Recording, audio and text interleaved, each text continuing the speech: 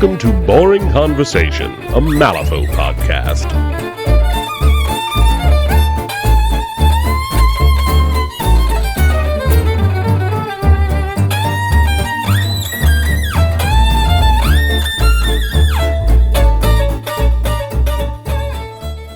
Welcome to Boring Conversation. And today, I bring a new guest and host of the Schemes and Stones podcast, Kyle, so that we can talk about a little cross podcast promo opportunity that we have, doing a couple of setup phase games. Kyle will be playing against my co-host, Adam, and I, as you'll hear on the Schemes and Stones pod feed, will be playing a game against his co-host, Brien. So welcome to Boring Conversation. Well, thank you for having me here.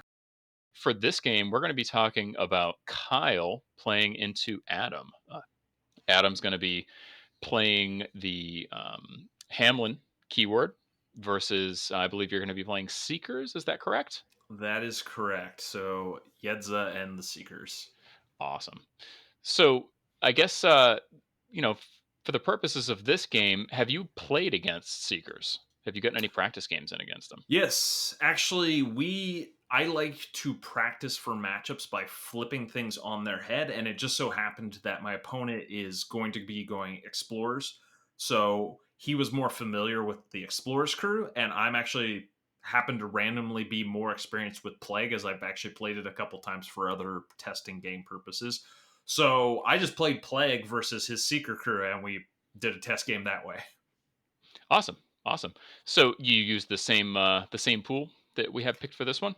Yep, we definitely use this pool to try to get a feel for how the game is going to play out. All right, cool. And kind of speaking of the pool, just to let the good folks know, so we've got a corner deployment game of recover evidence. The schemes are going to be sabotage, leave your mark, take prisoner, assassinate, and hidden martyrs. So, what? Why don't you just tell the folks what you took for a crew, what models you take, what upgrades you take, where are you at? All right, so obviously Yedza is in the crew. She has the treasure map upgrade. Then we have Sophie, her totem.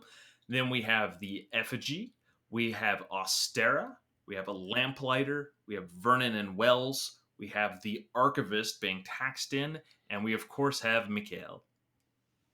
Yeah, I mean that seems like a pretty good general purpose crew. Um, I mean, a lot with a lot of the other explorers crews, a lot of it is probably going to be taken, in keyword with maybe space for one or two, versatile or out of keyword models. So, yeah, I really like the looks of this crew, and I guess kind of the big discussion piece would be Vernon and Wells. What made you take them?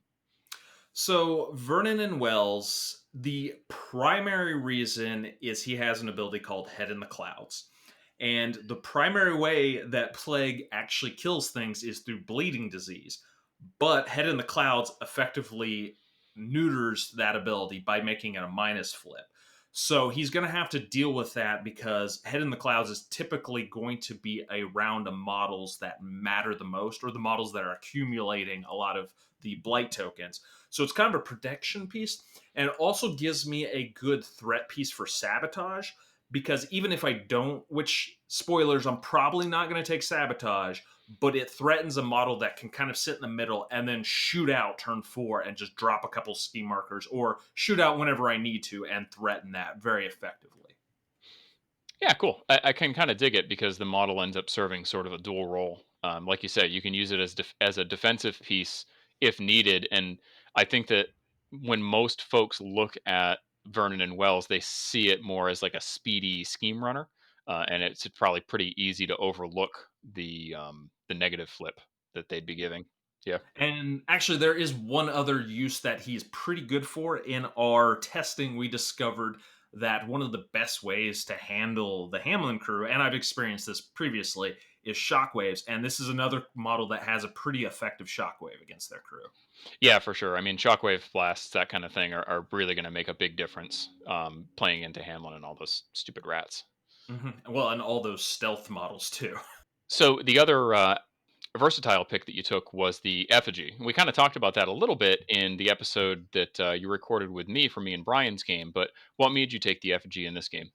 So the effigy is huge in Seekers because of its bonus action, the Aura of Courage. Whenever you win a duel by two or more, or effectively beat it by two or more, you get to heal. Well, this whole keyword is all about healing because you have the chronicle abilities. Whenever something heals, all these chronicle abilities trigger.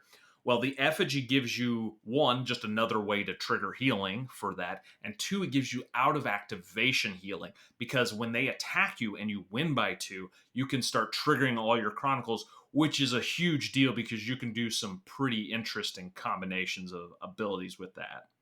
Yeah, for sure. I mean, just seeing the way that the effigy works in combination with the crew, I can't imagine that there will be very many seeker crews that don't include it. It seems like it's really stapled to the crew. Yeah, definitely. Or at least the emissary if you want to go for the bigger version of it. And I guess that kind of brings up my next question: was the emissary seems, I mean, equally good, if not even a little bit better, but it is a bigger stone outlay, and I know your pool is kind of on the small side at only four. So, what made you decide to take the effigy rather than either the effigy with the upgrade or going straight to the emissary? Well, there's a couple reasons. First off, Hidden Martyrs is in the pool, and I need a cheap model to be able to threaten it. So that was definitely a big consideration. And the other one is Mikael and the Toad, or the Emissary, or sorry, yeah, the Emissary are very similar in what they do. And while both can be very brutal, I don't necessarily think you want to take both all the time. And I have enough tech picks that I wanted to bring into this matchup, so I just dropped it.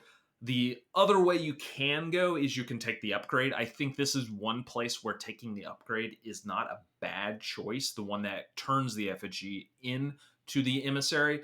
Problem is, I was just, again, really tight on points, so I just didn't want to. I wanted at least a little bit of soul stoning ability. Yeah, for sure. I mean, just looking at the way that the crew works, it seems like four stones might be kind of on the small side for the size of the cache that you'd want with seekers. What would you say? I think they have enough mitigation that they don't need that for at least the prevention side of things. And Jedza definitely does like to stone in triggers. So that is something that is going to be a little trickier having on the smaller side. But the list overall doesn't, it only has Mikhail and Jedza that can actually use stones. So Mikhail doesn't really need them as badly because he has so much other defensive tech going on that he probably won't need them to survive. And Jedza, yeah, she'll probably be eating most of those, to be Yeah. honest. Yeah, that's kind of the way that I saw it is, it kind of it seems like it's an explorer's thing in general. I wouldn't I think it's just probably one of the weaknesses of the faction, not necessarily a weakness per se, but that just the faction as a whole really seems to thrive on its triggers. So I see that you'd probably be using stones quite often for suits with them, more so than maybe with some other factions. Yeah, definitely. Yeah.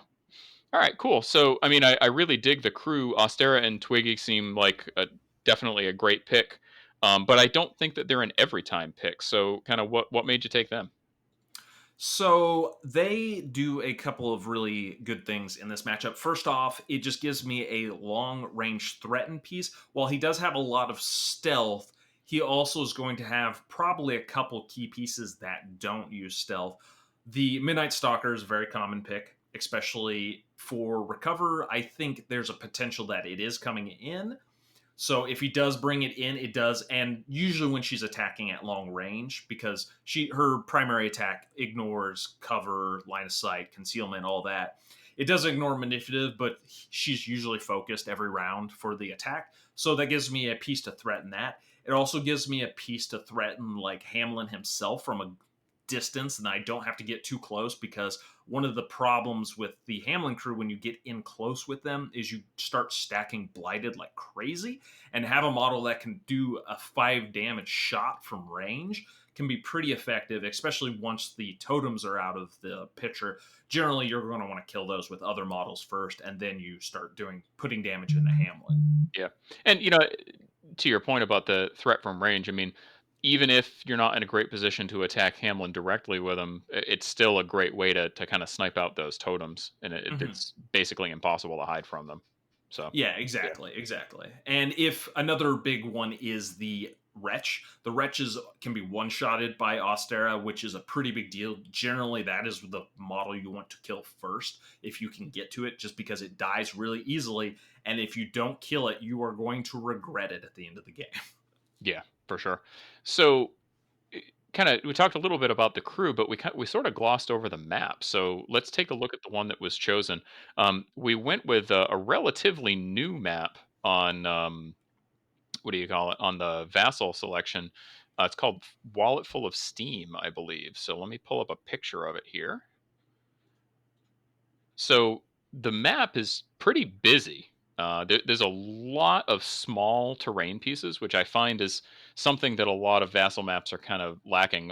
Frequently, they'll have these gigantic terrain pieces, huge buildings that are tough to get around, but they don't have as much scatter terrain as I'd like to see. I feel like this map is kind of the opposite. It's got a lot of small pieces. It makes for some interesting little choke points all scattered throughout the map. But what do you think about it, and how did it affect your crew choice? I will be honest, it didn't really affect my crew choice that much, but it benefits me probably more than it benefits him because my crew tends to want to have a lot of terrain around. That's another thing with the Seeker keyword. They have a lot of abilities that trigger off of terrain being around, or they just ignore it. Basically, everything in the crew has some form of unimpeded. So I ignore pretty much everything with this crew. So it's not really going to be slowing me down at all. It's only going to help me in this matchup. And it also gives Jedza a lot of options for her attack. One of her attack actions can pulse off of terrain, and it gives me a lot of things I can pulse off of. And he can't really hide from it because he's going to have to put his models next to something. Yeah, definitely. Especially with all those small forests. I believe she can pulse a decent attack off of like forest, right? Severe dense concealing. Yeah, it depends on the traits of the train, but in the case of concealing, it's distracted. If it's severe, it's staggered. Those are so it'd be a distracted stagger shockwave off of that. The more ideal one, though, is anything that's severe is a 3 damage attack. Now they can still cheat it, obviously, because it's a shockwave. But if Hamlin tends to like to play in a little bit of a bubble, if I can put a piece of terrain, a impassable piece of terrain next to him, or he just walks next to one, I can start doing a lot of damage or putting a lot of hand pressure on him. Hmm. Yeah, definitely. So as far as the board itself, do you have a preference on which deployment zone you'd like to take? Honestly, I don't have a huge amount of preference. I would say the top is better. Let's see. Well, this is corners. Yeah. I would say I don't really. I think I'd be looking more at hindering him than anything. Yeah. So I'd be looking at placing him in really awkward positions. And I think anywhere on the bottom is not great for him.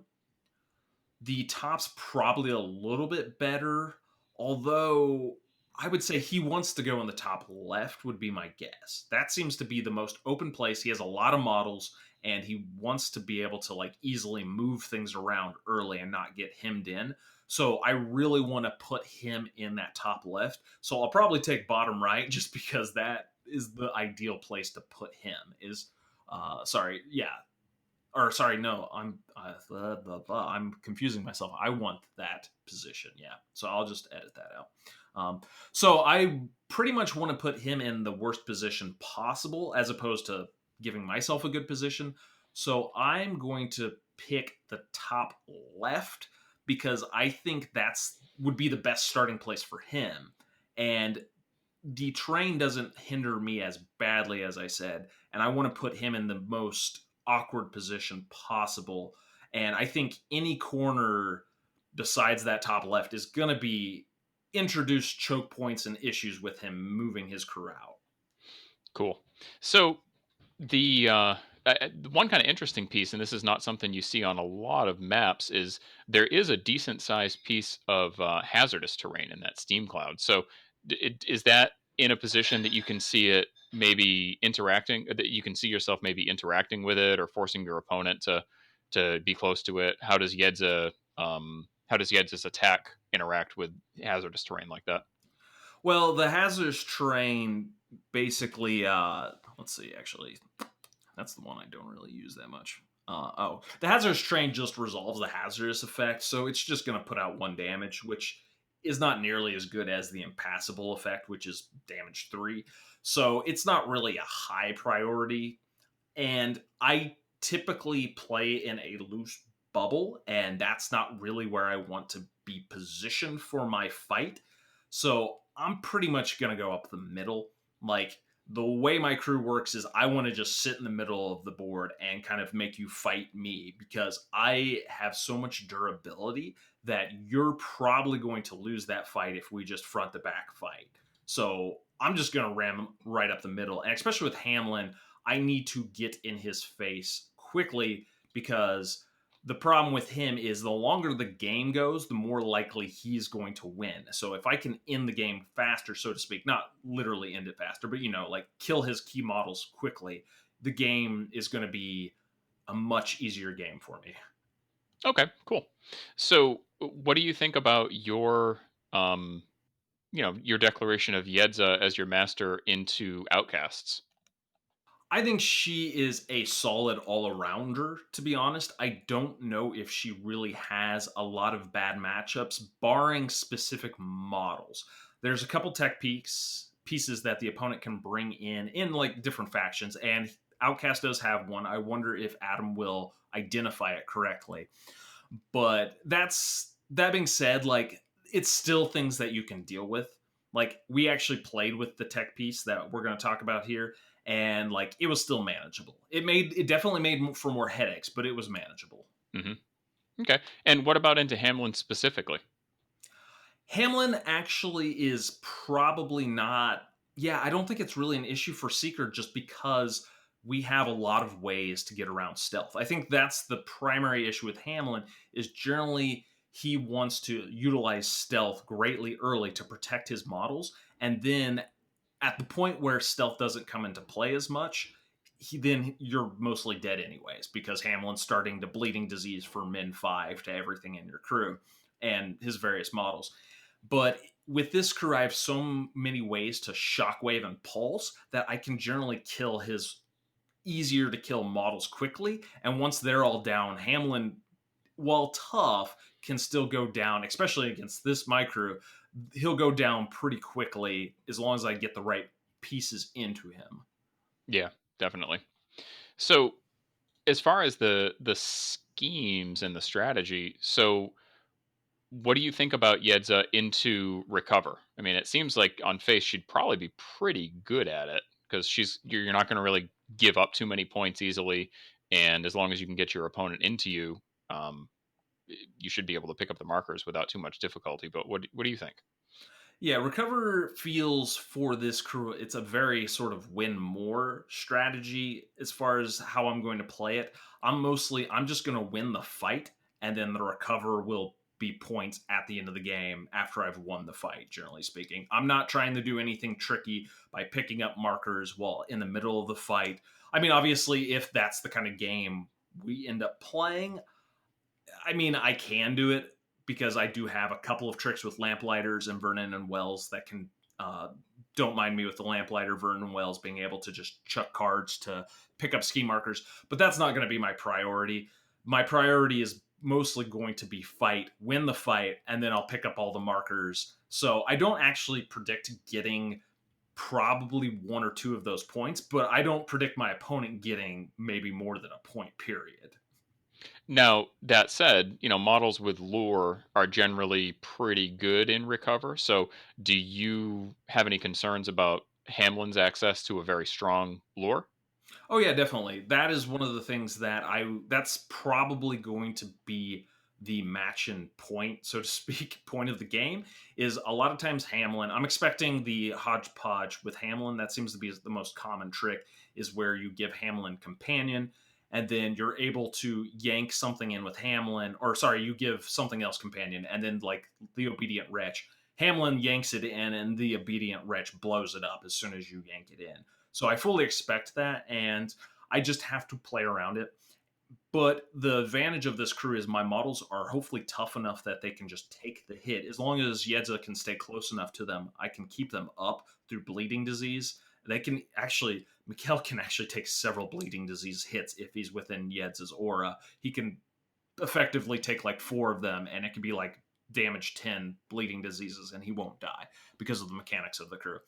But I think the key is I'm going to be trying to go up his throat literally as fast as possible. So it's only going to be useful maybe the first turn, and then after that, most of my crew is hopefully going to be in his gut, and it's not going to matter as much as far as lures. Yeah, for sure. And like, I mean, Mikhail in particular is. I don't think unyielding stops lore, if I'm reading it correctly, because it's not actually making him take an action. He's just moving. However, he only has a move 4, so lure isn't going to be very efficient against him, even with him only having a 5 willpower. So yeah, I mean, I guess if he dedicated a couple of AP to it, he could put Mikhail in kind of a bad position, but it would take a lot of AP off of his master, which is not great. And I don't think that outcasts have ready access to a second lore to layer in, do they? Not that I can think of. They can do like mini lures. They could take like the prospector and do like a short range one, but not like a 12-inch lure, I don't think. Yeah. All right, cool. That's the other thing. Like Vernon and Wells will probably be next to the model, so he's going to be at a minus flip. So he's going to have to spend stones or focus, which is also just another like, oh, that's difficult. And we've also discovered Yedza is probably going to lead the charge, and she's willpower 8, so I can just beat him. Yeah. I mean, that kind of makes sense because Yedza is obviously very good into him. And I mean, the big thing with Yedza is that if she's close enough to him and your crew manages to kill him, that he can't heal back. Yeah. So I guess one thing, and this is something, I don't know, maybe you and Adam would have to nail it down before the game starts, but I guess if he has both of his stolen within range, then you could potentially make him take the 5 damage, which doesn't put him down to negative wounds. It still keeps him at 0, but then he could still heal off the second one. But it would take both stolen. Am I interpreting that correctly? So I think with the demise, though, it only triggers once, and he wouldn't be killed again. He would effectively just not heal. So he would only. My interpretation is he would only be able to use one stolen. Gotcha. Yeah. So that's something you guys are just going to have to kind of hash out before the game starts. That way nobody gets gotcha'd. Yeah. Although it may not matter because my primary kill is not even necessarily Yedza. Fair enough. So that said, what's your plan for dealing with Hamlin himself?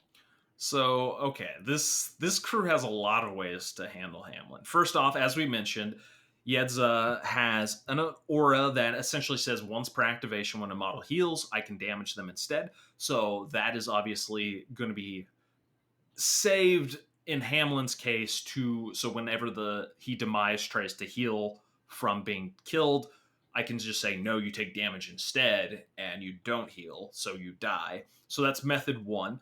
Also, Yedza has her tactical action, which is a heal, so I can turn around and heal kill things. Now, this I probably won't be using versus Hamlin, particularly because of the demise ability, unless his stolen are dead. That being said, I have a lot of shockwaves, so I don't plan on those stolen living very long with all the shockwaving happening. At least that's the hope. If he flips it, he flips it. There's not a lot I can do about that. But as far as other ways to kill Hamlin, that is why the Archivist comes into this crew.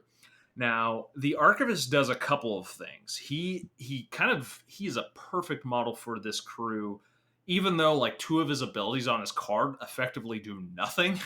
You can just erase them because they are Cadmus only model stuff, and there's nothing in this crew that's Cadmus other than himself.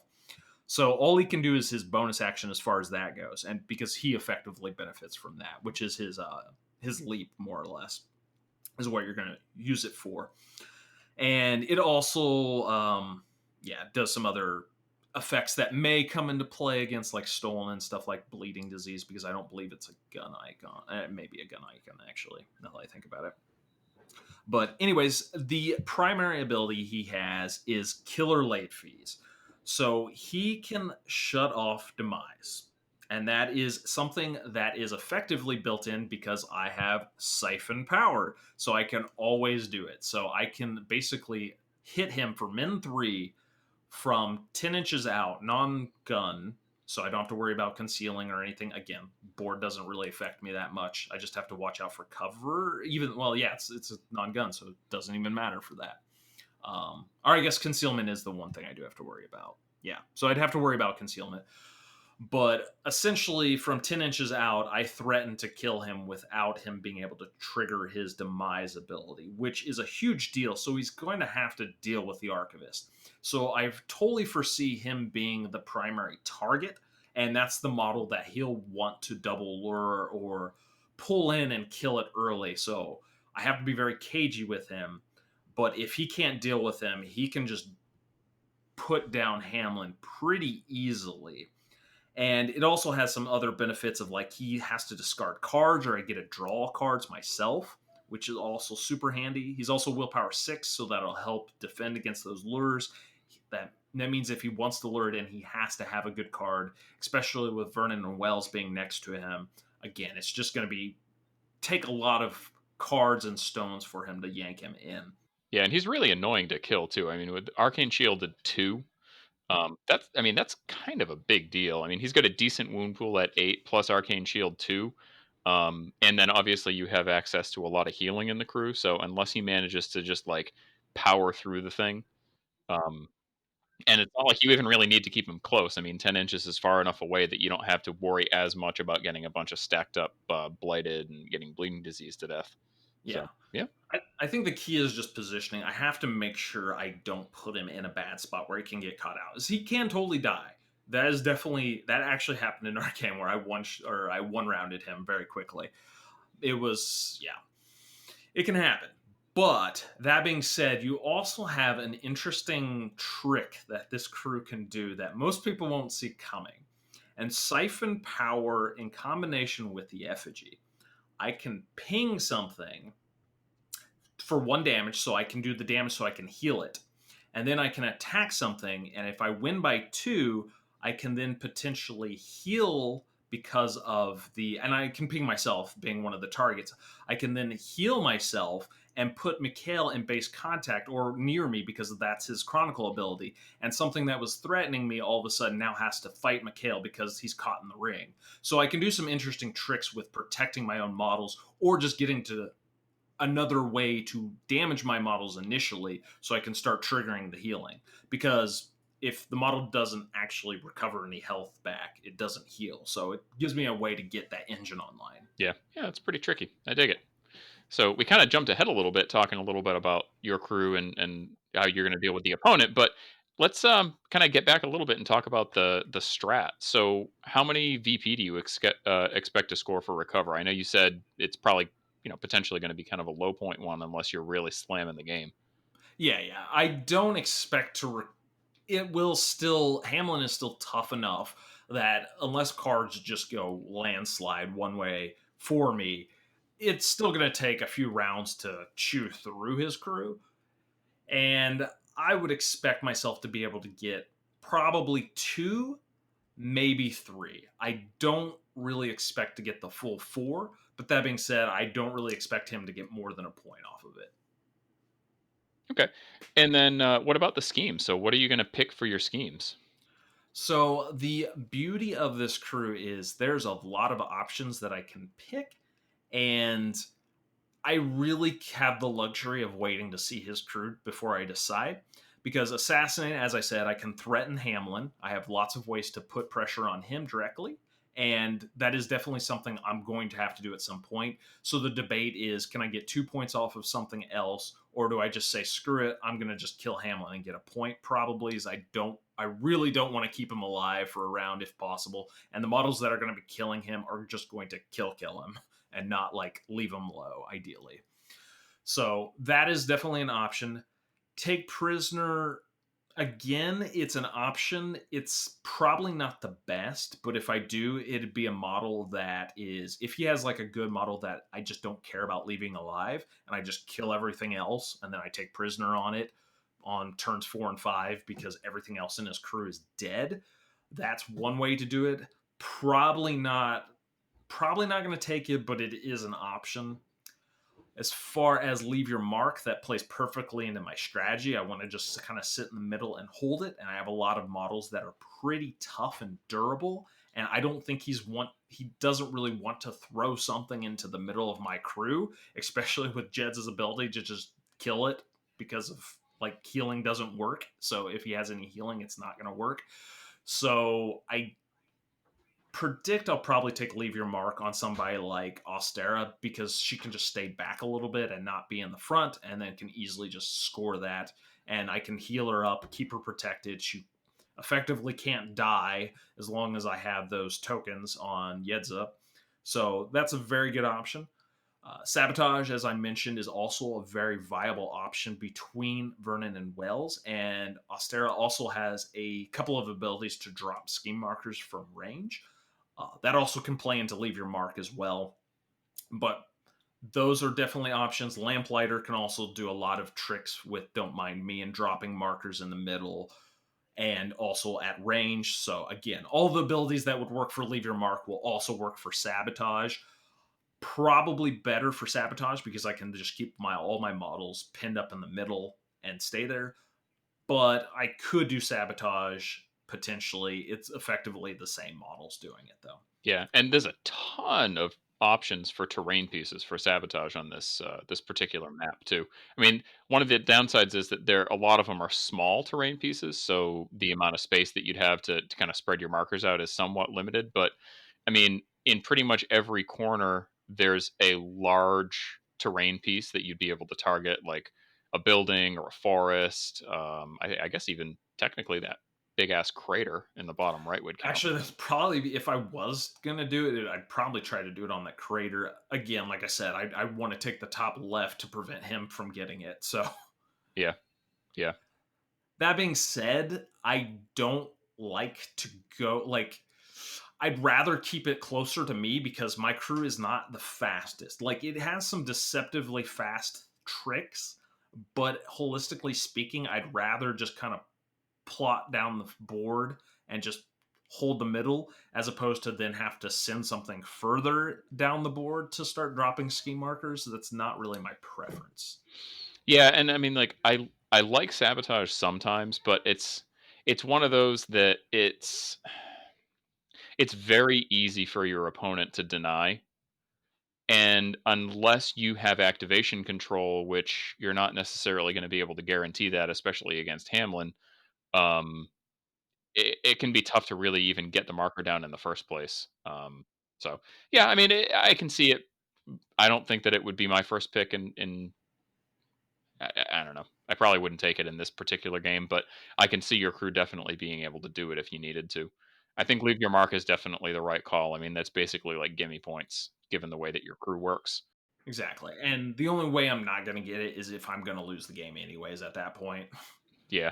And then, I mean, assassinate, the way your crew works, it's probably a pretty good pick into Hamlin. I mean, I think if it were me, I'd probably go with leave your mark and assassinate, to be honest. Mm-hmm. Yeah. I mean, it's definitely an option. Like I said, that's why I like this crew into this pool. Is like realistically, I can do all of these pretty Right. well. And nobody's going to expect assassinate on Hamlin either as the opponent. It's just not. It's not something that's probably on most of their radars. So it is. You're probably going to catch them off guard with it. That's interesting because I always feel like you have to kill Hamlin. So I almost always say try to kill him. And if you can maximize points on it, sure. Generally, when I take assassinate into Hamlin or see it, I'm just like, they're probably going to get a point and not get the 2. But at that point, it's like, well, I have to do this anyways, and I'm putting a lot of freaking resources into this. So I may not have the AP to do something else. So I might as well get the point. So I mean, kind of going into that, do you see yourself taking a potential 1 point scheme in this game, or do you really feel like you need to go for 2 on whatever you pick? I could end up, like I said, his list could throw a curveball at me, and if that's the case, I may try to go for a 1 point. Like I said, assassinate could very much be something that I take. Um, Hidden Martyrs is also another one that could end up being a 1 point scheme if I decided to go for it. I do like that as one of the choices just because you can put it on the Archivist and the Effigy, and kind of the opponent has to deal with those. Are models that your opponent just has to deal with, especially the Archivist. And there's a good chance he will die. Hopefully, he'll have Hamlin dead before he dies, but there's a good chance he will die. And so that's a good one to combination to have, because then the Effigy can just run up. I just have to keep something above him alive. And that's more of a, does my opponent have a good model that I can just keep alive to get the second point on, or do I just say screw it, I'm going to get a point? Cool. Do you think there's any scheme that you might try bluffing? I think this is kind of a good pool for it. Oh yeah, definitely. I think I potentially everything, and that's the beauty of this list, is just like I can threaten anything. Now, we played a different game with this crew. I played Seeker versus another friend, and it was funny that I didn't even consider sabotage as a choice for my crew, but it was in the pool, and I did an attack with Austera that dropped a marker randomly, and he was just like, "Oh, okay, you clearly have sabotage because you put that marker next to that." And I'm just like, "I mean, you can think that all you want. I'm fine with that." That was literally, I just hit the trigger. And your opponent spending 2 AP to try and deny something that you just incidentally got with a trigger is pretty Exactly. obnoxious. Yeah, for sure. So, getting into your opponent's score, what do you plan on doing to help kind of preventing your opponent from scoring the strategy? I know part of it we've already talked about with all the healing and just trying to keep your models alive. But what if he's able to sneak some models out with a lure? What are you going to do to help deny that? Sure. The and I That's why I said I predict he probably will be able to pull one thing off and be able to kill it. Unfortunately, I can't cover everything, and the main priority is to put pressure on the models that do the killing in the crew. Generally, that is Hamlin. So Hamlin's going to have a lot of pressure on him, so it's going to make it difficult for him to just walk up and pick up a marker. I don't believe outcasts generally have a lot of don't mind me. And since most of my crew is going to be mostly bubbled up, he's going to have to go into me to pick up those markers. So generally, it's just putting models on top of the evidence markers when things die.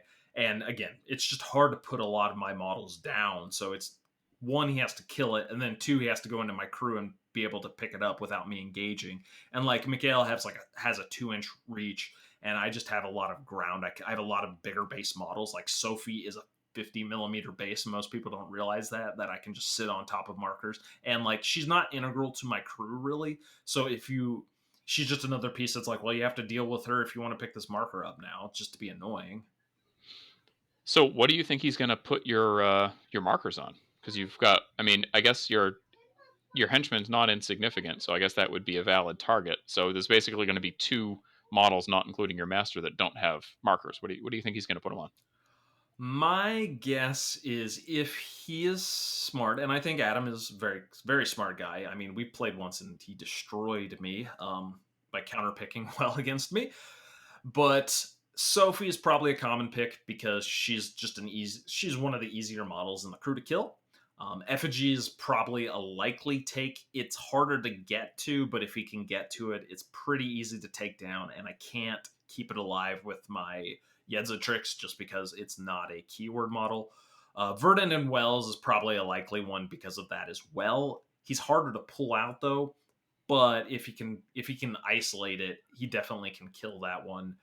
Lamplighter is probably one of the easier models out of the keyword models to kill. Archivist is very likely to, just because it's a model he wants to kill and deal with. The Mikhail one is interesting. So Mikhail generally does want to be in your face, but the problem is, like, even though when he drops the marker, which he inevitably will go to hard to kill at some point, and then he just bounces back up, but he has a 2 inch reach, so I think it'll be interesting to to see if he does put it on him, because I don't necessarily think it's a terrible choice, but it's also pretty hard to pick up the marker once it goes down. Yeah, that makes sense. Makes sense. I think that that's a good assessment. I think that if I were Adam, I would probably put one on Sophie. Like you said, she's fairly easy to take care of, and she does add a lot to your crew if you let her stay up. Um, I probably would put it on the effigy, um, just because it's a very tempting target. It's very easy to knock down, and it's relatively easy to lure out. The archivist, I think he has to put it on because he's going to have to deal with the archivist no matter what. Um,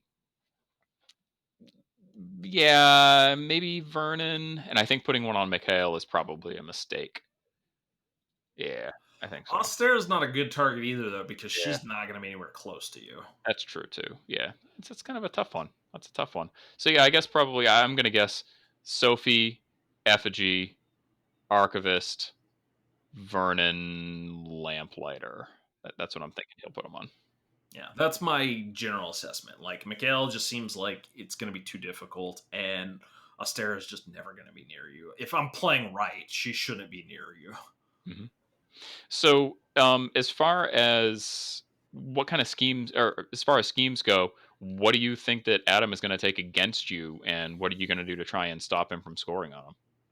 So I can probably easier to do process of elimination. So take prisoner, I think, is probably a bad choice, even though lures are really good. I don't think my models are so survivable, and you want to kill what you can when you can. I think take prisoner is just a bad option. Yeah, I think leaving a bunch of models up when you have the opportunity to kill them is definitely a big mistake against the Seeker. There's just too much healing. You can't afford to do it. And I don't think you're going to win an attrition fight against them most games. Again, I mean, sometimes if cards go bad or I do make bad decisions, but I think you go into the game assuming your opponent's not going to do that. So I don't think he'll take it. Leave your mark seems bad because I want to sit in the middle and fight you. So it's going to be really difficult. And he doesn't have a lot of ways to put markers down. He can jump two markers and eat them with his Rat Kings, but he doesn't have a lot of good ways to like just drop them himself. And he doesn't really want to sit there and slug it out with me. So I don't think that's the route he'll go. I do think Assassinate is very much one he should consider because killing Yedza is pretty killable if you bring the right models, and if you kill her, it definitely does reduce the crew's effectiveness just because she can't keep everything else alive, and you lose a lot of healing potential, and it's just a lot of threat off the board with her abilities to like pulse out, especially against his crew. So I think Assassinate's probably a likely take, and I expect him to try to go at her. That being said, it's still not easy, but it's something that I you have to respect, from the respect out of Hamlin to potentially do it against Yetza. Sabotage, definitely no. I just don't think he'll do it. Like, that being said, he could again take something like the Midnight Stalker and give it like Don't Mind Me. Pretty common, especially for his like you're wanting the emissary generally anyways because of the companion trick. So, and the Stalker's not necessarily a bad pick. So he could do that and run behind me because my crew's not, there's probably not going to be somebody sitting back there. But like I said, Austera is hopefully going to be around and in range. So doesn't seem like a great choice because she can deal with him, but it is an option. Hidden Martyrs seems pretty likely, though, is he's going to have a lot of models that I'm going to probably be killing his models. And I think he'll definitely, I'm not going to play around it really. I don't have a lot of good ways to like kill things via burning or poison tricks. So I'm probably, if he takes it, I'll give him a point off of it, most likely, because I'm not really going to be tricky about playing around it. I'm just going to do my damnedest to make sure he doesn't get the second point. Yeah. I mean, that seems like a pretty good assessment of what he's going to pick. If I had to guess, I'd probably say Assassinate and Hidden Martyrs are the picks. Yeah, because especially because for him, like you kind of said, like sabotage is just not going to happen unless he techs into it. And even then, like it's fairly deniable for you, or you know, it's fairly easy for you to deny, I should say. Leave your mark is just like a bad call into your crew, um, especially given the way the board is set up and how much that central area is going to be kind of the deciding area of the game. Unless he's just trying for a win more with leave your mark, I don't think that it's a good pick. Yeah. And I mean, take prisoners an option, but I think he's better off with hidden martyrs and assassinate. I feel like take prisoners the same situation. It's a win Yeah, more kind of situation. yeah. So, and you already kind of talked about the free points that you might be giving your opponent, like with hidden martyrs. I is there anything else that you feel like you'd have a very difficult time denying? Um, I don't think it's hard necessarily to get Yedza to half. So I wouldn't be surprised. She bounces back really well though. So that's one I could see him easily getting the first point on, but getting the second point gets considerably trickier because one, he generally, if you're gonna kill her, you kind of want to just one shot her if you have the chance, and that's his crew tends to be very one shotty with the bleeding disease tricks. And if you have that opportunity, like I don't know if you definitely don't want to leave her up and have her go and then just heal all the damage off because she can do that. And that just is like, that was painful. Yeah, and especially with you getting pass tokens from him, and I mean, the Archivist is Illumins too, for goodness sakes. Like, as long as the Archivist is alive, you're pretty much going to be going first every turn. Yeah. Yeah. So I don't I again, when he goes for that, I see him getting one. Definitely, I think that's very realistic for him getting one. Getting two, not saying it can't happen, but it's going to be tough for him to get the full two. And that's even with Yedza dying. Like, I still don't think he even gets the two when he does that because of how that works. I don't think he keeps her alive. hmm Yeah. You think he just goes for the 1 point? I think you have to just go for the one and done kill on her. Yeah. So, as far as your crew goes, what do you have for linchpin models that you feel like if Adam manages to take them out, then your game is really going to be in jeopardy? So the effigy is definitely something. If he takes it out early, it's going to be an issue. Just because I get so much trickiness out of that. Like one of the things with this crew is it's not incredibly fast, and it doesn't necessarily even have a lot of movement tricks besides Mikhail being able to jump around. But in order for Mikhail to jump around, he generally needs the effigy because a lot of times it's something heals and then Mikhail can jump to it, and the effigy's giving him access to a lot of that healing. Besides, like just Yedza going and healing something, and a lot of times Mikhail, he's got lured out, and I need him to heal now before Yedza can go, sort of situation. So I think killing the effigy early is definitely going to help him a lot. I think getting rid of Vernon and Wells just to get bleeding disease online without being like, oh, I have to focus, I have to burn stones, I have to do X, Y, and Z just to even get a bleeding disease off. Like bleeding disease shuts off all of the non-Hamlin bleeding disease triggers. Like Hamlin's the only one that can really effectively get around it without having to waste like focus and stone. Like a lot of them can't even stone to do it. And I don't think he'll take Nyx because Nyx is a horrible decision into Yetza, who just instantly kills him. It's like you want to. Oh, cool. I lost a willpower duel. Take a damage. Oh, cool. I lost a willpower duel. Take a damage. It's like, yeah, that seems like a terrible choice. So I don't foresee that one. The Obedient Wretch is another one that can do it, but again, I just it's gonna be hard for her to get through all of the cloud without focusing and wasting a lot of AP. The Stolen kind of have it. If something has enough blight, they get a plus to the damage, but they still have to focus and then take the attack, which makes them the threat of them just doing like 6 attacks into something with a bunch of blight isn't nearly as scary. So I think that is going to be a huge factor to deal with Vernon and Wells. And then obviously the Archivist, but that's one of those like I don't need him. necessarily to do it. He makes my life a lot easier. But I fully expect my opponent to have to deal with him, because if they don't deal with him, it's a problem. So it's one of those interesting bait models that I can put it in a safe place, but put it in a place that forces him to have to come after it and pull him out of position. And then if it dies, it's like, okay, I don't need it to make my plan work. But at the same time, you have to deal with it.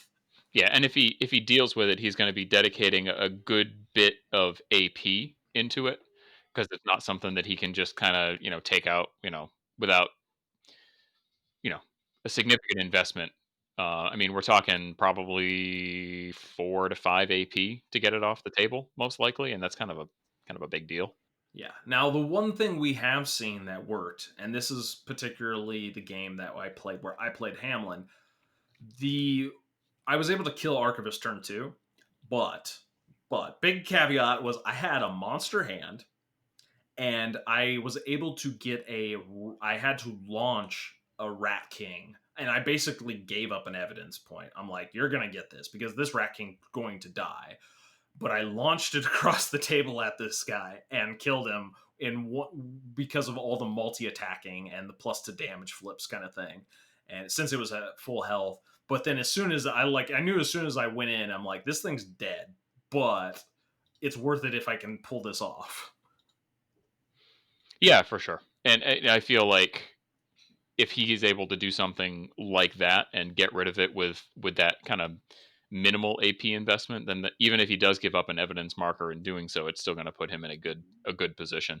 Yeah, it definitely gives him a fighting chance. Yeah, and it's something that like if he ignores it, it's going to kill Hamlin, or, Oh or yeah. indirectly going to kill Hamlin. So he has to have a plan to deal with it because if he just ends up spending his effort and his resources taking care of other models or what have you, I mean, you've got enough healing that you're going to be able to keep most of your other stuff up, and then you just swoop in with the Archivist and turn off his demise, and then next thing you know, Hamlin's dead. Yeah, exactly. Again, so much healing in this crew that it's just, and because of the effigy, it's just painful when you miss attacks because you heal. Yeah, definitely. So, I mean, we kind of talked about some of the tricky stuff that the Seekers do. I mean, obviously, it's a very tricky crew. It's one where you need to be, as the player, very comfortable with the crew, how it works, and all the different options that you have. So, are there any kind of like second level play tricks that you feel like could really kind of make or break the game? Yeah, there's definitely a lot of tricks with Mikhail and the chronicling, being able to position him correctly, because with that effigy aura, the courage aura up, gives him a lot of opportunity to start jumping around the board. And people, they look at his movement 4 and they're like, he is slow. It's like, no, he is not. When you start all the out of activation healing, he starts jumping all over the place. And so I think people are sometimes caught off guard as they think he's just going to sit in one spot and tank. And all of a sudden he's like jumping all over the place. And you're like, oh my, I can't even pin this freaking guy down to kill him, let alone go through hard to kill and Jedza's life tokens and all the healing and all this other crap going on. So I think that's a big one. Yeah, yeah, definitely. I mean, I feel I've kind of got the same sense when I looked at him. Like you look at him and on his face, he seems like he might fall behind the crew a little bit, but then you don't take into account the amount of out of activation healing that you're going to get, especially with that effigy, like you said, and he can get up the board pretty quick. Yeah, he can be on the midline very easily before he even activates turn 1. And that's corner deployment. Like, you have enough tricks to like jump him up the board to do it if I want to. Now, I don't think it's a good choice to do that because he's leaving Jedza, who unfortunately is just slow. Unfortunately, she's just slow. She is going to be spending the first round probably just. That's why Treasure Map again is on the card. Most people are going to be like, "Why the hell would you take Treasure Map on her?" You have to have Deadly Pursuit just to get her into the board, up the board, to be relevant. Yeah, yeah. You don't want to have her spend all of her AP walking plus a little bit of AP walking turn 2. That's bad. Exactly. Yeah, for Exactly. sure. So, as far as your opponent's crew, obviously you have some good experience with Hamlin. You've played him yourself. You've played against him numerous times. Are there any tech pieces or just high priority targets that you expect Adam to take? You just know you're going to have to deal with if you're going to win. Yeah, as far as tech picks or choices I think he'll make. Obviously, the emissary, as I talked about, being able to do the companion, lure something in, explode something, that's still something I have to fully respect and I have to be careful about. Because if I misposition something, especially as I mentioned, some of those key pieces are just a little too close and I just get it killed turn 1 or 2, it's going to be painful. It's not unrecoverable from, but it's going to be painful to deal with. I prefer him being able to do that as late as possible or not at all. So gonna have to watch out for him. The one tech piece, I wonder if he'll identify correctly that I brought it in because I was looking, and this is one thing I love the app is you can search for keyword or ability combinations.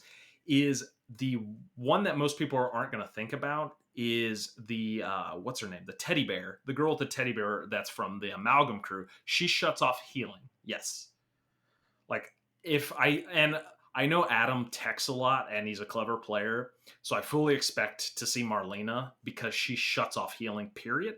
And I played with it in the matchup, and it definitely causes problems. Like you have to be very cognizant of where you're at because all of a sudden you're like, I heal something. You're like, no, you don't. And you're just like, oh, that's a problem because I like your life tokens don't work around her and like all of these tricks that I'm talking about just get shut off by her. So if she's on the table, I have to kill her as soon as possible. That's where Ostera is probably going to be taking a lot of focus shots, trying to burn her down really fast.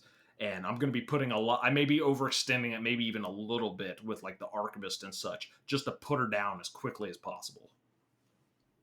Yeah, and Withering Away, which is that aura ability, there are very few models in the game that have that. I mean, it's basically her, abominations, which I don't think you're ever going to hire an abomination out of keyword, and interestingly enough, Brock inspectors, which kind of gets back to my game with with Brien. They'll be pretty good into Vix, but I digress.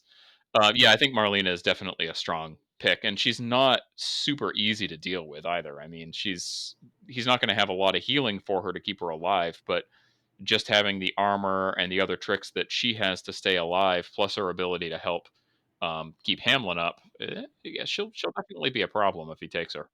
Well, it's not just Hamlin too. It's like anything that's not a minion, so she can keep alive some of the like the obedient wretch, some of the key pieces that normally I could just one shot.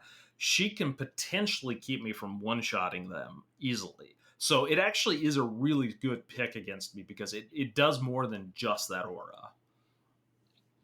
All right, so I guess that being said, you wanna find out what Adam took? All right, let's hear it. All right, so he has 3 stone cash, so a little small, but Oof, that is pretty light. pretty light. He did take Nyx, so he might not realize the counterplay that you have there. He took Benny. He took 2 Rat Kings, took Marlena Webster, and the Midnight Stalker. Okay. Okay. So not the Knicks pick is the only thing that like I wonder if he just doesn't realize that how that works. Yeah, so I mean, just for the benefit of the listeners, I know you kind of talked about it briefly before, but why don't you tell us why Nyx is not a good pick? Like what mechanically makes him fall apart against Yedza? So Nyx's main issue is a couple of things. First off, though he's generally a really good tar pity tanky model. But that is because he has incorporeal and he has the sweet taste of failure. And then he also has a bonus action that heals. So the way that works in conjunction is incorporeal is reducing all the damage. Also, you can't severe him, so you're relying on moderate damage. And then he's going to heal every time they fail duels around him. Well, the problem is generally you're not going to be doing that a lot more than once per activation. You're going to be getting it once every activation, and if Yed's is near him, he takes damage every time, and it's per activation. So, and a lot of times you're doing that damage is or getting that heal is not on his turn. It's because things are attacking him.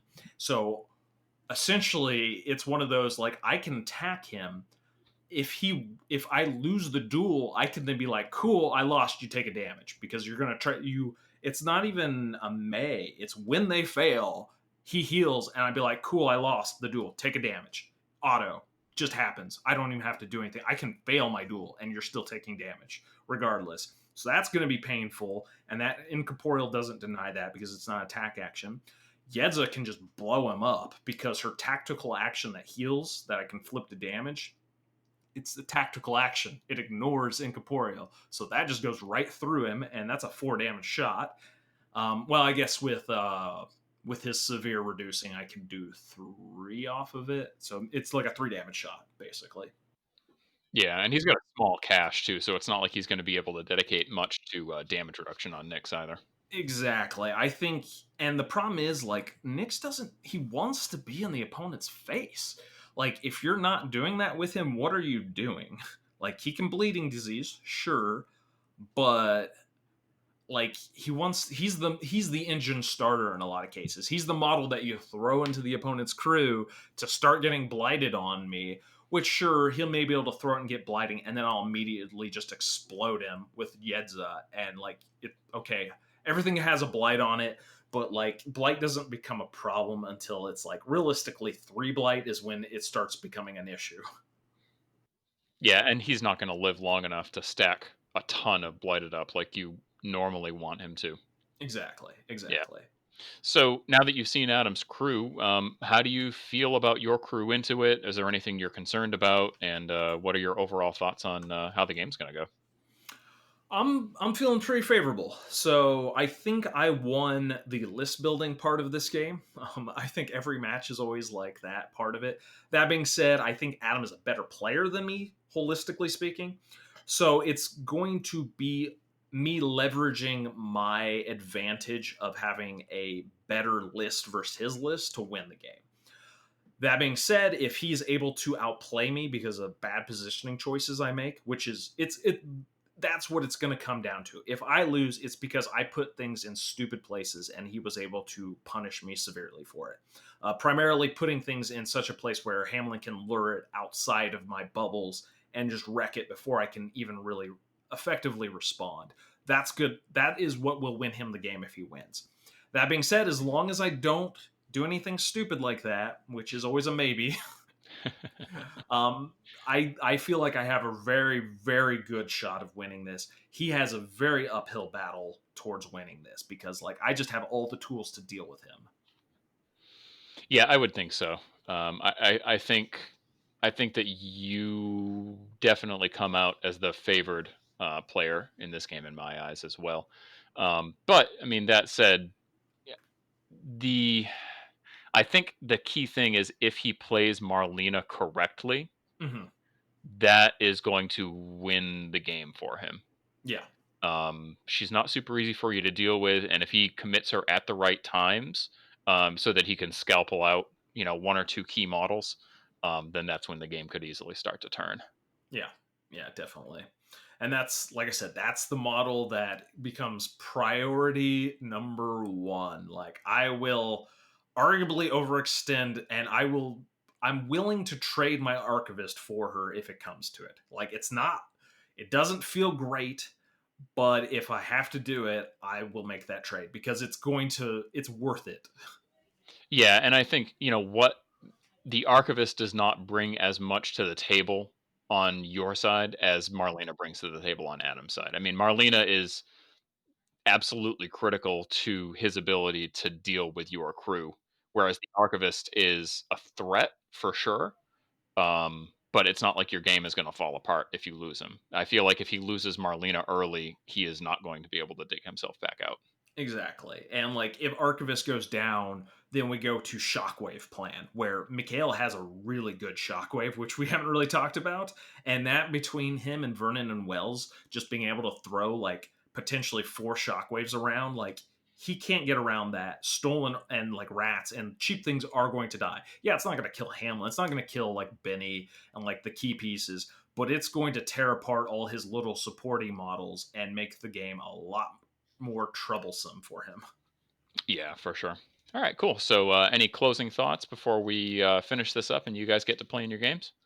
No, I think it's going to be a fun matchup. It'll be hopefully good to get revenge on Adam because our last game was very one-sided.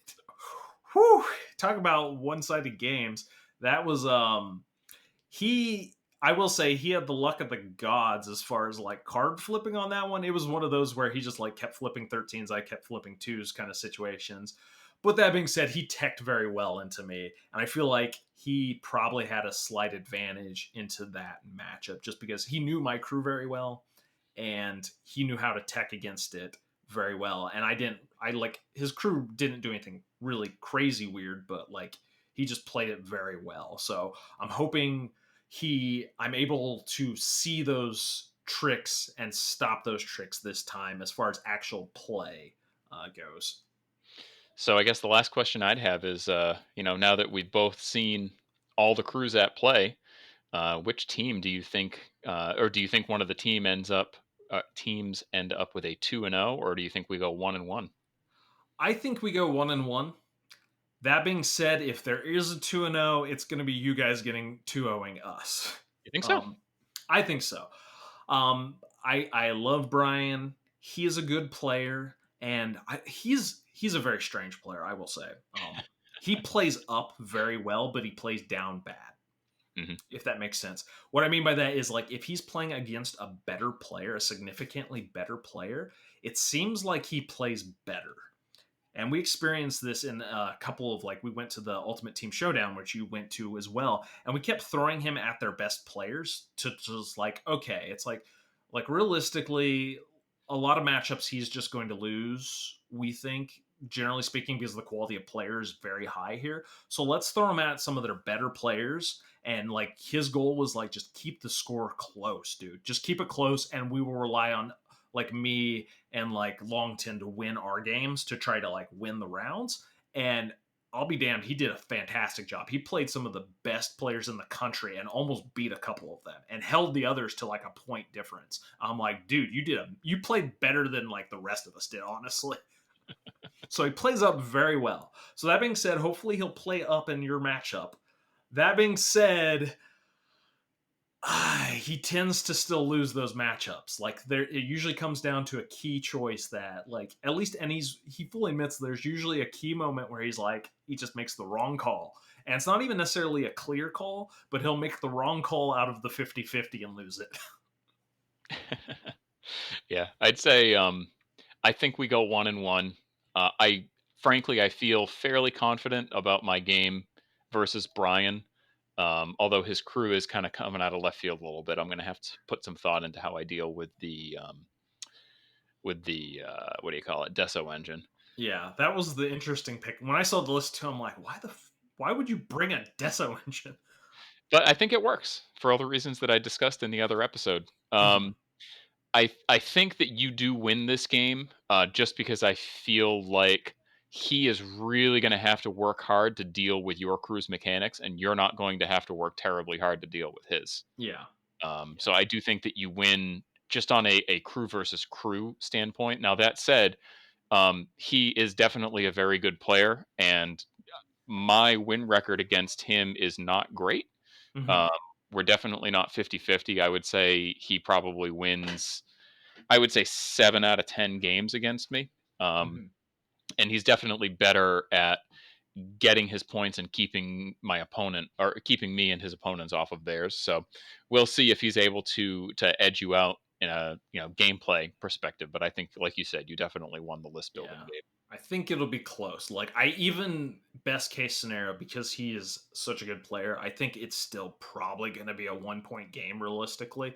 Like as much as I'd like to think my crew could blow him out, I think he's just going to outplay me holistically speaking and keep it a lot tighter than I'll feel comfortable with the entire game. And the entire game it'll be like, well, if you took that scheme and he has it, I guess he may tie it or Yeah, he's going to keep it. He's going to never be out of contention basically. definitely. All right, cool. Well, I guess that all we have to do is get our game scheduled, and we'll talk as soon as we have both games out of the way. Yeah, definitely. All right, so that wraps up my conversation with Kyle. Let's hear what Brien can get out of Adam about the upcoming game. And welcome back to Schemes and Stones. We have an interesting and unique episode today.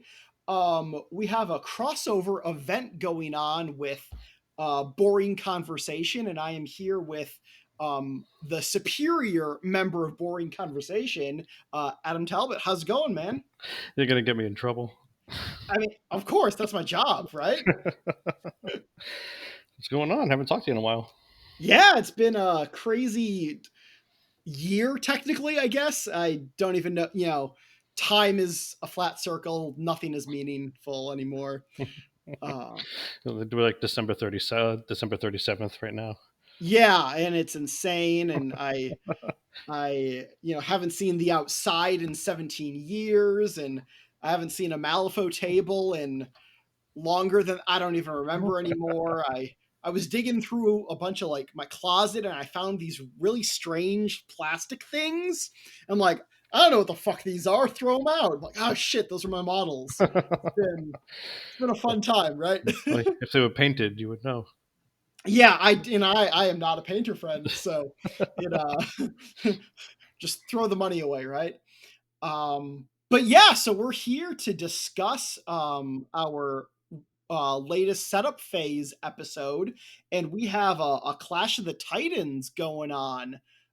You are going to be playing against Kyle, aka Coyote Stones.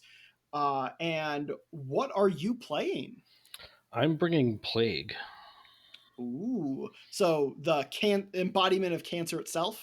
Pretty much, yeah. Pretty much. So we got Hamlin out of Outcasts, and you guys have I think it's a pretty interesting pool.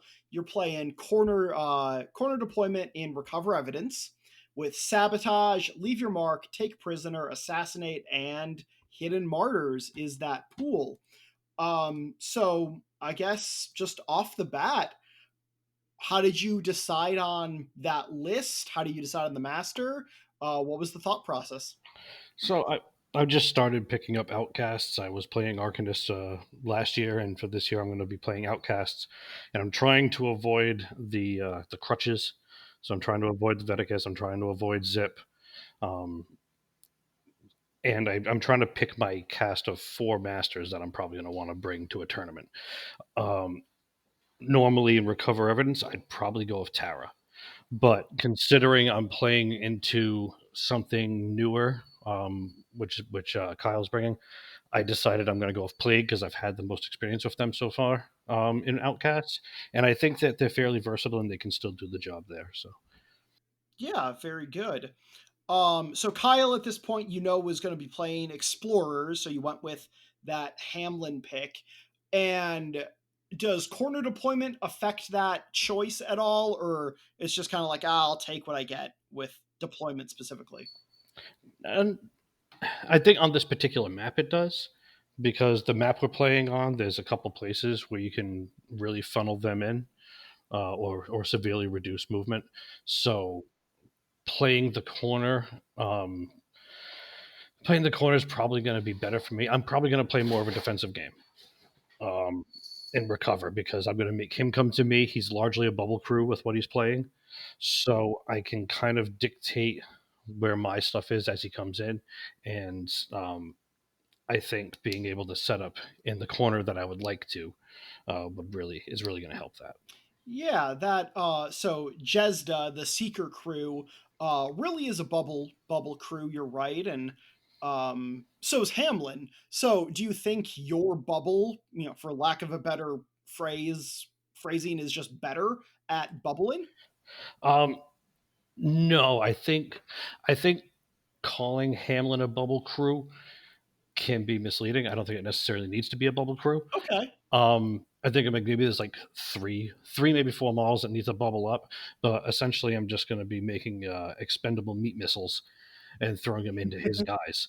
Okay. I'm hoping I'm hoping, is to jam him up with stuff that I can summon back in and hold him off on his side while I have some of my models bounce around and pick things up and scheme and do what I need to do with those. Okay. So meat missile plan. What's that what's that list going to look like? So I'm going to be taking Hamlin, obviously, 3 stolen, Nyx, Benny Wolcombe, 2 Rat Kings, Marlena Webster, and the Midnight Stalker. Okay. So we all know what Stalker does. He's gonna leap around, score points. Nyx makes sense. He's the one of the henchmen. Benny, henchman, summons rats, right? Yes. Okay. Marlena, what's she there for? To prevent healing, because that's pretty much just his whole shtick is healing. So Marlena has the Withering Away ability on the front of her card. Enemy models within 3 cannot heal. So if I can get her into a good position when the bubble does get to me, I can hopefully be able to chisel out models because they won't be able to be saved from just as life ability. Okay. Yeah, that seems important for the heal master of the game, arguably. Yeah, Yeah. Seems like a good call. So you got your list. You're going up against Jezda in corner recover evidence. What's the general game plan looking like? How are you scoring the strat? What schemes are not knowing the enemy list? What schemes are you thinking you might take? What's the game plan? So yeah, my game plan is going to be largely defensive. Um, I'm going because I have a lure with Hamlin, so I can Yep. pull out some models. I can pull out the models that matter when they have the markers on them, make them more accessible to me to get rid of them. But again, my game plan for the strategy wise is to pull guys out of the bubble when I can, and either bring them down to a wound or eliminate them and drop the marker. Luckily, because they don't have to die, just his ability to keep them alive just really hinders me being able to interact to pick up the markers. But rat catchers, which will inevitably be in my list, don't mind me, so they can just pick them up. I think the key to dealing with the Jezda crew, after looking at it for a little while, is to just go all in on Jezda, because once she goes down, a lot of the pieces start falling apart. You Sure. Yeah. can't keep the models alive. There's not really summoning in the list, so you can't really affect that recursion. A lot of the triggers for the healing go away. So I think Hmm. she being the linchpin, she really needs to be focused down on. When I Yeah. put my crew together, I took Nyx, and I've been liking Nyx with my plague list because essentially I just use him as an early barrage of plague. I throw him in, I get him stuck in. He kind of tar pits, but he just builds those plague numbers up on all the models around him. So then I Hmm. can just really devastate him with 1-2 shots. But now I'm thinking back on it. He's playing Jezda. He can stop my healing that I get. Oh, sure. He can stop my Yeah. healing, and he also will benefit from my healing.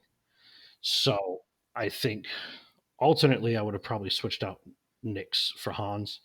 Um, so I can get some early damage on Jezda and really start putting the pressure. Because again, the crew is a bubble crew. Jezda's going to have to come up with it. And if I can really force the pressure on him to keep her alive, then I can make him make mistakes. So that being said, I didn't take Hans. So what I'm going to do again is with Nyx, I'm going to force him down his throat. I'm going to make him deal with him. He's probably going to die. I know he's going to die, but I'm hoping that I'll be able to get enough plague out on all the remaining models, so I can hit just a with fairly large damage spikes, and try and put her down as quick as I can. The other plan too is first turn I'm likely to have summoned in 2 rat catchers, and I'll have 2 rat kings with 7 focus on them, and most of them are fast. I'm sorry, 7 focus? Yeah. How does that work?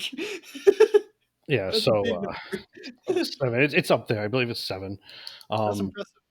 yeah. So essentially, what you're doing is there's this whole formula where you set up a bunch of ski markers around Benny. The Rat Kings end up sacrificing themselves. Benny's able to drop 2 markers there. The other Rat King does the same thing, drops 2 markers there. They summon the Rat Catchers. Eventually, you summon all the rats back up. Okay. So now you have like 8 rats in total, somewhere around there. And then what you do is you have Hamlin pulses 0, which lets all the rats move 3 inches and take an action. If you get the trigger on it, which you should do, Right. it lets them also get focus. So now they're able to 3 inches focus and take an action. So so all the rats to make a king are 4. So that's 4 focus right there, just because each rat is going to have a focus. Right. And then 3 rats are going to focus for their action, and then the last rat is going to form the rat king. Oh my god, that's disgusting. But Yeah, also note that I also have 2 rat catchers that were summoned out of those rat kings. So now I've essentially just grown 2 models and then have my 2 pumped up meat missiles, which will probably have fast because one of the rats will have been given fast from a stolen or something like that. Right. So then the next turn 2, there'll be fast 7 focus rat kings. Oh Jesus, that's disgusting. Because looking at the Rat King, it's a 2/4/5 melee track and give out a blight token with a trigger to, if you kill the target, give more blight. Yeah, that seems like a good fire and forget missile while the rest of your crew like does things and sets up the blight engine, because Hamlin rips the blight off, right, for big damage. Oh, he doesn't even rip it off. Like, it doesn't come off. It just stacks. So Oh, right. once you have like 5 blighted on you, you just have 5 blighted on you. So like it just keeps building. Then that's why a lot of people were saying that Hamlin was a late game master, because you have to build up that plague. And I think if you play certain ways he is, I think a lot of people want to play him like 2E Hamlin. And Yeah. I don't think that's where he is in this one. So I think what you want to do is jam as quick as you can with stuff that's going to bring up plague. That's why I throw Nyx in there, because Sure. Nyx is going to give them plague with his attacks. Whenever they do anything, they're going to get plague. And then once they've exhausted Nyx, now they have to deal with Hamlin. If you can ever get either Nyx or a stolen and Hamlin within 6 inches of model, they're going to get 2 plague every time, 2 blighted every time they activate. So it actually stacks up quicker than you think, and then he just starts dropping like 5 damage bombs on people. That's really good. So at that point, it's pretty clear how you're scoring the strat, because you have this blight engine that's going to get created to nuke people while focus a billion rat kings are hammering into models and just being annoying. What schemes are you looking at? What feels good for you? So with the Midnight Stalker, I can really do anything that's scheme marker related. I could really take sabotage if I wanted to. I could possibly take leave your mark if I wanted the center, but I think I would avoid leave your mark, because again, his crew is a very bubble crew. So if his crew is in the center, then it's going to be a pain to score. So I think I leave that alone. I'm strongly considering assassinate, because part of my plan is to just go all in on Jezda anyway. Of course. So if I have to kill Jezda anyway, I might as well get the points for killing Jezda. Makes sense. Take prisoners usually fairly easy, because again, Midnight Stalker, he's really fast. I can lure, so I can get people out of being within the ranges they need to be within. I'm probably not going to do hidden martyrs, just because I don't want to do a scheme that relies on the enemy. Of course, yeah. So, and then the only things I'm really putting it on is like my rat kings, which I'm gonna end up killing myself the first turn. I don't want Marlena to die, and I don't want the Midnight Stalker to die. So I don't think I really have any good targets for that. But yeah, so I'm really torn right now. I'm between sabotage, take prisoner, and assassinate, and I think it's going to be more based on what he has as a crew. Sure. Okay. So if you got those 3, what's kind of the game plan of stopping him? Is it just the kill him and kill him dead, and if he has no models left, he can't do anything? Or are you going to, is it the envelopment idea, I guess? Well, I think the way I'm going to try and prevent him from scoring strategy wise is, again, I'm going to try and jam him. I'll try and jam him in the middle of the board. Hopefully, when we set up and he picks models to put the recover evidence on, he puts it on my rat kings, because those rat kings are going to die and they're going to drop the markers in the backfield. and then I'll just make more Rat Kings, so that'll free that up. But I think that's why I'm playing defensive. I'm gonna have him come to me. I'm gonna jam him in the middle. I have models with Don't Mind Me, so if he drops markers in the middle, I can just move in and pick him up. Denial wise for the schemes, Assassinate's pretty tough on Hamlin. I know he can prevent me from healing the healing the 5 if he was to die, but Hamlin has some superior stats just baseline. I mean, he's 6'7". I think he has 13 wounds. I want to say 13, maybe. That sounds right. Yeah. Yeah, I mean he has 12 wounds. He has 12 wounds, but he has super high stats, and I can usually keep him far enough away from things that matter. Also, I'm going to have Marlena as well to take random damage from him as I need.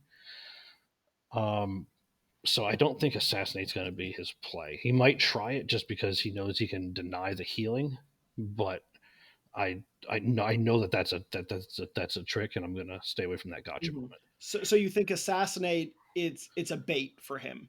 Yeah, I think I would say going into a game where somebody doesn't really know what Jezda does, and I don't really know what Jezda does, but I do know that Jezda has that trick that prevents me from healing. So I think it's definitely a gotcha moment. I think that not great players, maybe, or newer players will take that. I think more experienced players will probably shy away from that and make it look like they're playing for that, because I think it's just too obvious, to be honest with you. Yeah, that's fair. You think what would he take? Is hidden martyrs, prisoner? He's probably. I can't think he's going to take. He might take hidden martyrs, and here's why: because he can keep models alive as long as Jezda's there. So if I kill one of the martyrs, he can just let it die, and then just keep the other one alive, and just keep it alive and perpetuate it until I kill Jezda. So I think that's a very good possibility that he takes hidden martyrs. Again, I also think he might take assassinate. I don't know. I don't think he'll take sabotage, because he's again a bubble crew, and just having to stay so contained is gonna really restrict that freeness to go ahead and do that. Might take leave your mark, because bubble crew again, he can move into the center of the board and just drop it and sit there. The way I'm going to deny that is Rat Kings are awesome for removing scheme markers. Yes, they are. They just jump to it and destroy it. So yeah, I have a few ways to get rid of markers, so I'm not really concerned about that. And not only that, but if he does leave your mark and goes into the center of the board, that's playing into my game plan anyway. Right. Yeah. So I think he's going to go definitely hidden martyrs, possibly assassinate, maybe take prisoner again for the same reason, because he can keep models alive. Okay. So none of these you really feel like you're giving up free points. You think all of them have play on the denial end, right? Yeah, absolutely. Yeah. Cool. So we've talked about your crew a little bit, and the cute stuff with the Rat Kings and the focus, Marlena just being awesome, Stalker being awesome again. Are there any other tricks in this crew that you're hoping, you can kind of pull out to surprise anyone? Who's going to get the most resources you're investing? How many stones did you take?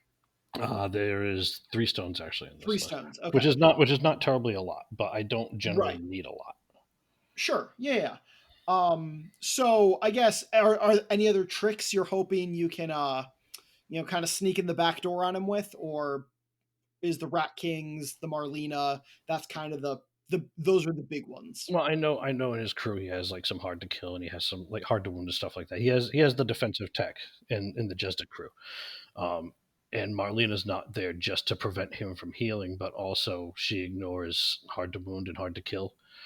Sure, so yeah. I think that might be like a double gotcha, where he'll think I'm taking it particularly just for the reason of not healing, but also being able to probably tank a little bit as well and get some stuff, and and get some damage down range. I mean, there's nothing surprising about the crew. I think what might be surprising is the amount of card draw I can get. Because Okay. I can generate quite a bit of card draw between getting rid of rats and stuff like that. Um, but also just the number of activations I can get. And even though this isn't the same as it was in 2E where activations were king, it's still a big deal. Yeah. So I think I can manage to usually get the last activation off every turn. Okay. Nice. Um so I don't know Hamlin super well. I played him once or twice in the beta and was part of the reason they nerfed him a little bit because we proved he was broken. The one I've heard about being a problem potentially is pustulent tumors when he explodes his rats to give out blight and extra damage. Is that something you're gonna bother with? Or are you focusing more on the lures on Hamlin to just pull things to you and then dogpile on him? I think it's going to be situational. I think again because he's a bubble crew, the tumors are going to definitely help. The problem is that you're generally your best target for that is a regular rat.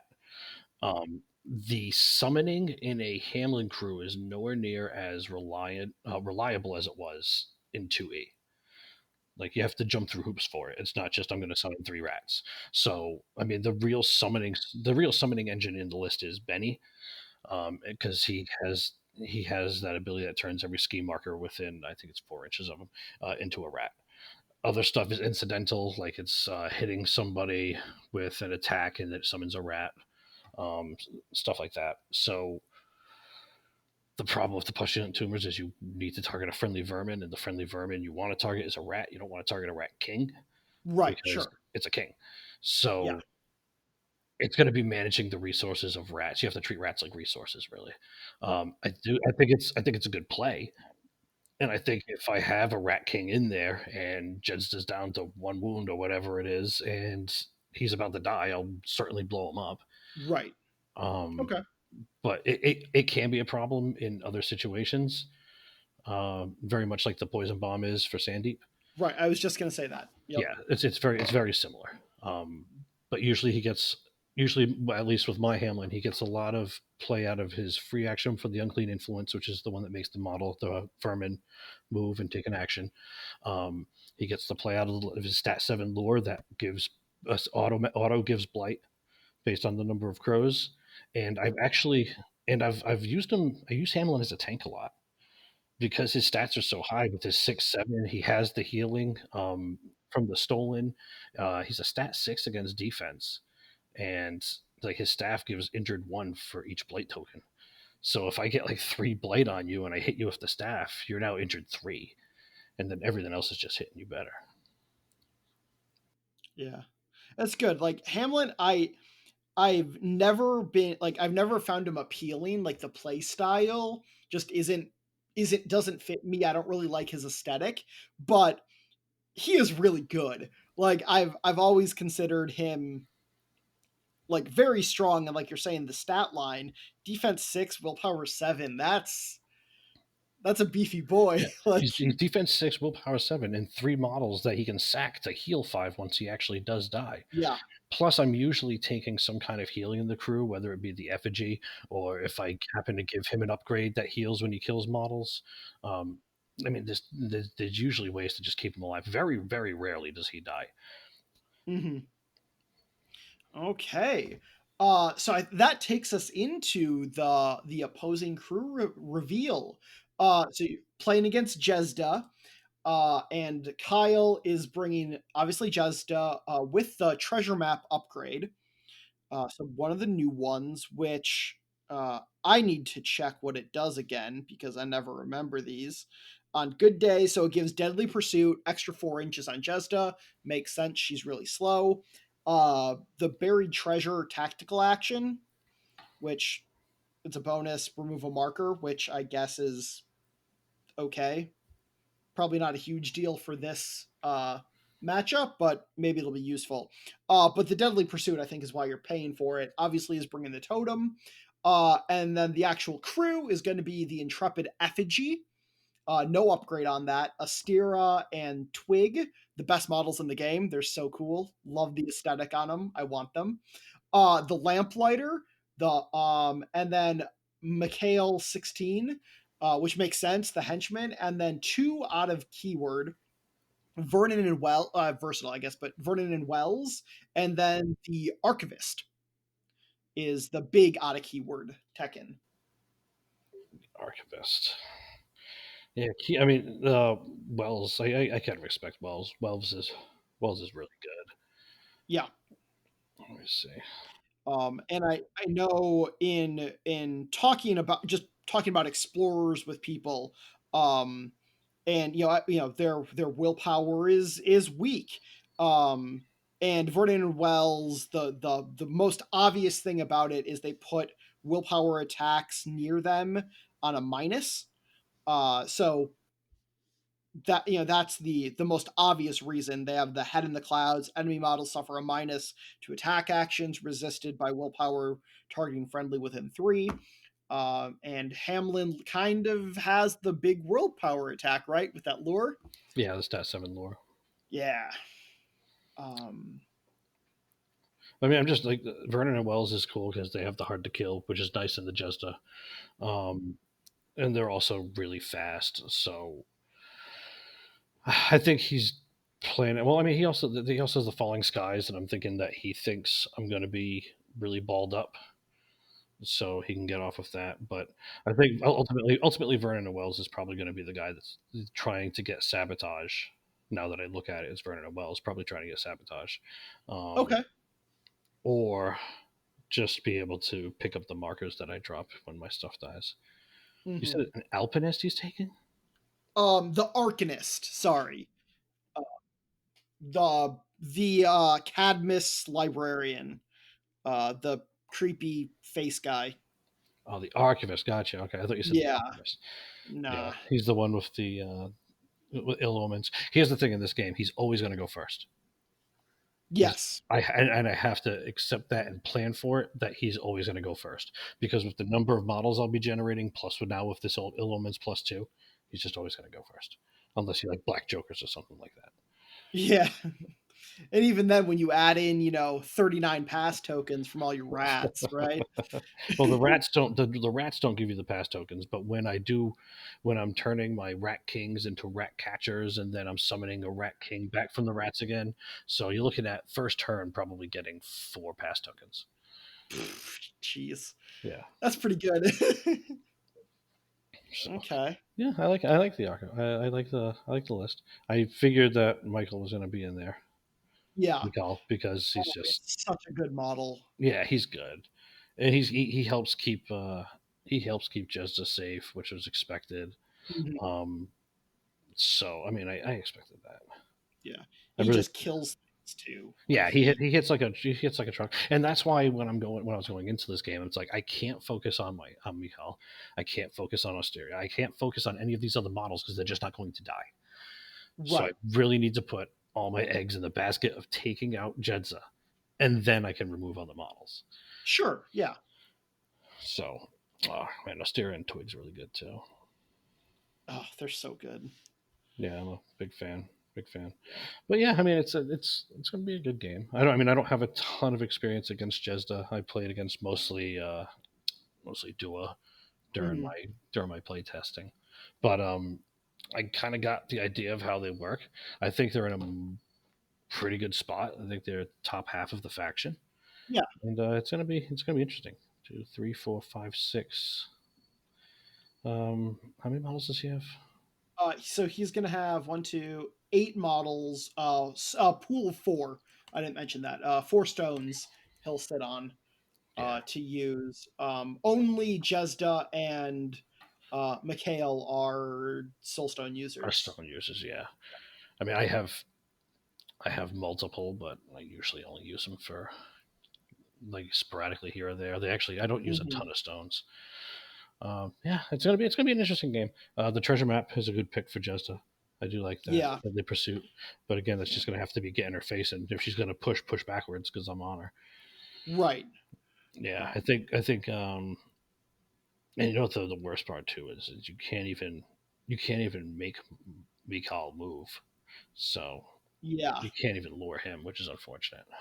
yeah, he has so much going on in his card, and like he's a henchman, so it makes sense, right? But like he has just so many great abilities just crammed all onto that Yeah, I space. mean he's 9 stones with armor 1, like the best challenge that I know of, where you have to deal with him if he's in Right. if he's Hmm. models engaged with this model can target other models with attack actions. Like that's really good, Yeah. especially in this particular list. Hmm. After another model within 6 heals, this model may place into base contact. So whether it's Nyx or whether it's Jedstad, he needs to get somebody in there. He's hard to Yeah. kill. He's unyielding. He's unimpeded. He hits like a brick shit house. Armor he's or defense 6, just like good stat line. he's got a good stat line. He's got what 9 wounds, 9 wounds with armor 1, and the healing in this crew. It's like Yeah. he's very very good. And like you can't even condition him because he has shrug off. Yeah. Oh, it's so good.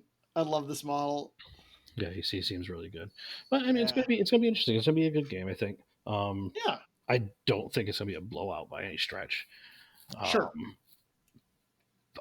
I'm hoping that in this case I'm going to be able to win with the strategy, just Okay. by keeping the models, just by keeping the markers away and jamming them up. Hmm. Looking at what he has now, I think like I definitely have to put some effort into killing Vernon Wells, but so they're probably going to be target number 2 after Jezda. Hmm. Just Okay. because I can't let them go. He's obviously in there for some kind of scheming purposes, so I can't. Right. If Sure. if he's taking him, he's taking him for a purpose. Um, so I figure I got to get rid of him. And I might even, when I pick my schemes, I might even end up, um, I might even end up feigning some kind of scheme marker shenanigans, like on his side, like sabotage with the Midnight Stalker, because that way it'll force him to keep something back. And if you can keep it Right. back, you Yeah. can keep it out of the bubble, and then you can kill it. And then Hmm. I just end up going with like assassinate and take prisoner or something like that. Yeah. It looks like a very efficient crew, though. I really like it. So Yeah.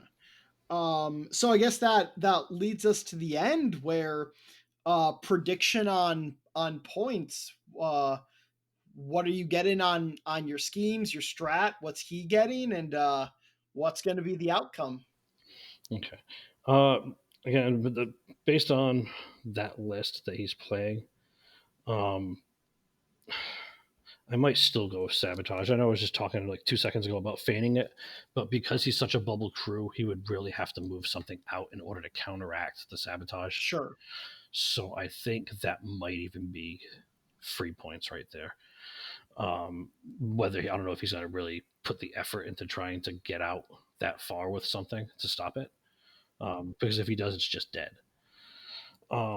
So I think I could get 2 from that. If I do what I want to do, it's going to be 2 from assassinate because I just cannot let Jezda live. The thing is, I'm either going to get probably 2 or nothing out of that one Yeah, it is very all or nothing. because I'm not. There's healing enough in that crew where if he thinks that's the way I'm going, he can keep her above half if I don't kill her. So the problem is, do I get 1 point? Do I try and get him so low late in the turn that I can get it off and get the 2 points? I think getting 2 is going to be tricky for that, but I can definitely get 1. So I'm probably going to get 1 for that. I'll say conservatively, and I think I can likely get 2 to 3 out of the strat. So I'm looking at probably a 6 point game when all is Okay. said and done. Okay. And so you're looking at 6. What do you think he's going to be able to pull? I think getting strategy is going to be tougher for him. If anything, he might get 1 from that just because something at some point gets in there too close, or he gets a model in that I can't defend. I think he's going to get 1 from that. I don't think if he goes with Hidden Martyrs, that's going to be tough to stop. But if I'm doing what I'm supposed to be doing, then it shouldn't be. It's weird. It's weird to gauge the game because it's really going to come down to, can I kill Jedza or not? Yeah. Because if I can't kill Jedza, then I can't get my points, and he's going to get his points. But if I Yeah. can kill Jesta, then I'm going to get my points and he's not going to get his. So assuming I do everything I'm supposed to do, I think we're looking at maybe like 6-3. Okay. Yeah. So you got the one big linchpin event, which will be Jezda living, and that's gonna kind of decide it. Yeah, I like that. I like the severity of that effort you have to put into it. Yeah, I mean, because again, she is the linchpin of the crew. Like, there's no doubt about it. And if she doesn't go down, everything else just stays alive. So how do you deal with it? You can't. Like, you really have to commit. I think I did make some crew selection faux pas. I think that was more of just a being in autopilot when I was making the list, because I always take Nyx. But hindsight being what it was, and it will be in the future, if I think I'm playing Jezda, I'm just not going to bring in Nyx. I'll probably bring in like a Hans, or I'll bring in something else that can like punch from a range or something like that. Yeah. Because bubble crews definitely struggle with ranged threats, because they have to keep in the bubble. So if you can ping them at range, it does help. And Hans is just good. Yeah, I like him. Either that, or or take somebody with blasts, because he's going to be bumbled up. So there's multiple ways to play it. I think it was a comfort pick, and then like hindsight being what it is, I was like, man, I probably shouldn't have taken him. Yeah. Well, cool. I look forward to hearing about how the game goes, and we'll have the post-game interview up on the pod as soon as the game comes in. Yeah, it's going to be it's exciting. It's great to do some cross promotion with you guys. Obviously, we've been friends and fans for a while, so I thought, who better to do it with? Let's get this going. Let's build this community back up. We're gonna beat this thing, and we got new models coming out, so everybody should get excited. Oh, yes. I like it. And that's the show. Thanks for listening, and keep playing some foe, guys.